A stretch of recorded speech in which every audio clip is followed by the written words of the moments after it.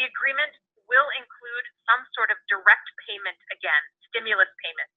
It probably won't be up to the $1,200 payments that we saw last spring, likely to be closer to about $600, again, depending on your income level. But that some form of direct payment will be in this bill. Secondly, enhanced and extended unemployment benefits. We know a lot of people who are on unemployment right now are staring down the barrel of those benefits expiring at the end of the year. So this deal expands unemployment.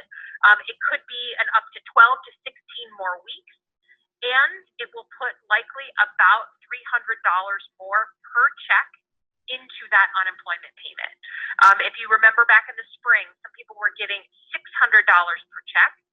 It's not as much of that, but will be probably about $300 more per check.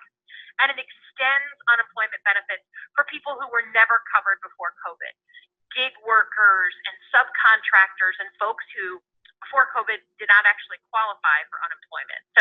And the hope is, the expectation, and we're working with Ms. Corbin, is that if you are already on unemployment, you've already been getting those checks, you shouldn't have to do anything new to get this next round of assistance. It just should automatically bump up in your regular checks without having to wait on the phone with the unemployment agency, who of course was really overwhelmed last spring with so many people applying.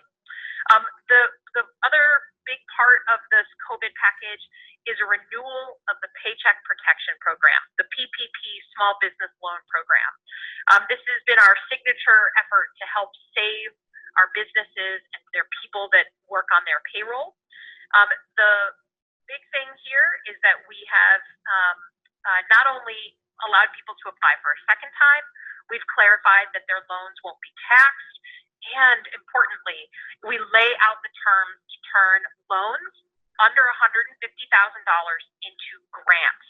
As long as you put the right paperwork in order with your bank, you can turn that into free money as opposed to a loan that you have to pay back, which is what we've been hearing from our restaurants, from our hotels, people who really need help right now.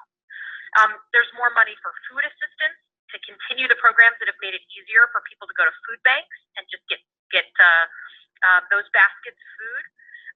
There's things like moratorium again on evictions. There's money for our schools and for broadband, so that our schools don't have to just be getting in a further and further hole in their budget because of cleaning supplies and new techniques and all of that.